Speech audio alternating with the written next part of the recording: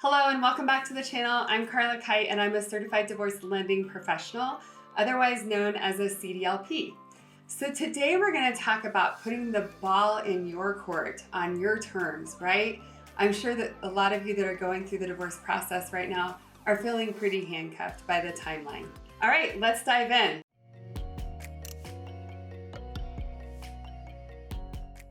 Ideally, I help both parties when going through a divorce so that I can get you to the end successfully, especially in terms of homeownership. What we do is really special. My team and I carry a certification in divorce, and we know those guidelines inside and out. So we're here to really help you plan your divorce.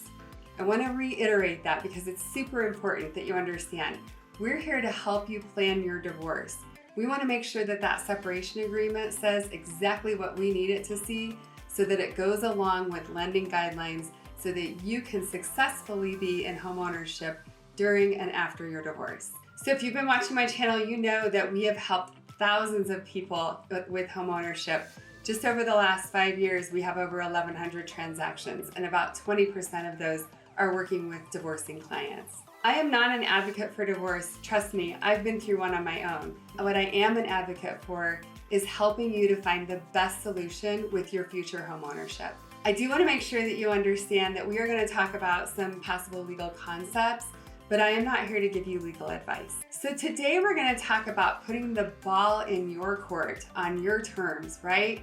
I'm sure that a lot of you that are going through the divorce process right now are feeling pretty handcuffed by the timeline. As a reminder, I'll be posting a new video every Tuesday and Thursday, so make sure that you tune in for some new tips in homeownership and how it might be important to the situation that you're in.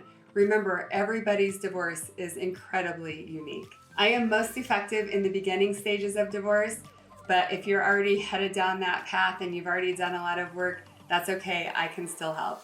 As much as I love sharing all of this advice in the videos, I'm not trying to teach you guys how to be a lender here. What I'm doing is making sure that you're aware of the hurdles that can come up when you're in a divorce that can stop you from homeownership.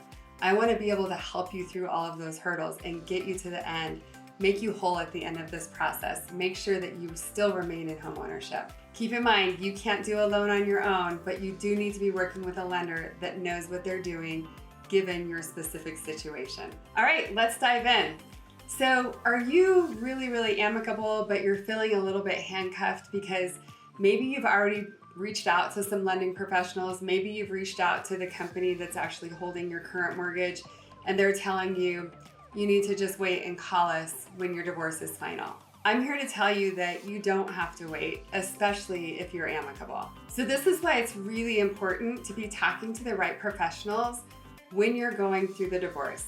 Most attorneys and mediators don't know really what's possible during a divorce. And I would say usually the advice that you will get is you just need to wait until you've finalized everything before you can move forward with purchasing a new home.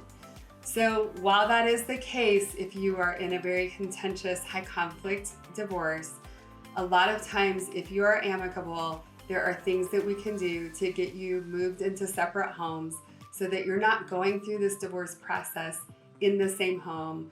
Maybe it's just you, but maybe you have children. And I know that is incredibly difficult. So we have some solutions for you. Just yesterday, I had a phone call with a woman who, her intention is to move out of the house eventually anyway. Her husband is going to keep the marital home. And so what she's faced with is, what do I do now? She even told me that she's talked to 3 lenders and they've all just told her they can't do anything until the divorce is final. So that's not entirely true, guys. We have, under certain guidelines, we are able to do things during the divorce process. So in her case, they just recently filed, and in the state that she lives in, she has to wait 120 days until her divorce can be finalized. And so in her mind, she's thinking, gosh, if there is a house available out there that works for me and my children, I would love to have the opportunity to purchase that home. So one thing to know is that most cases do have this waiting period, and so you are kind of stuck in limbo for a while. And I agree, I wouldn't want to stay in the home while I'm going through that process. I don't care if it's amicable or not. It is still really difficult. If it wasn't difficult, you probably wouldn't be getting divorced. I know that renting is not the worst thing, But if you're intending to buy, it can just be a disruption and it can be an extra cost as well. So in her case, in her looking around at different places, there's not a lot of homes on the market and there's not a lot of places to rent either. Most of the places that she's looking to rent are asking for a 1-year lease. So, if she has to do that, then here again, right now, the divorce process is dictating her timeline. If she moves into this rental, then the lease on that rental is dictating her timeline to get back into homeownership. So what I want to do for her is just meet with her, get her qualification done. Let's see what she qualifies for. And then let's see if we can write that separation agreement properly so that maybe she can purchase a home during the divorce before finalization, or maybe a few days after that divorce is final, she can purchase her home. It really depends on her unique situation, but it's possible. And that's what I want everybody to know. You just need to get in with a certified divorce lending professional so that they can walk you through these steps and show you what's possible. If nothing else, it puts the power in her court. It puts the ball in her court, and she can make these decisions. Granted, she might not find a home that works for her and her family at this time, and she might have to go into a rental property for the time being. But my goal with all of my clients that I work with is that I just want them to know what the choices are that they have. And I want them to see that there are ways that we can make this happen for them. And sometimes it might cost a little bit more going one direction or the other. But remember, it costs money to move.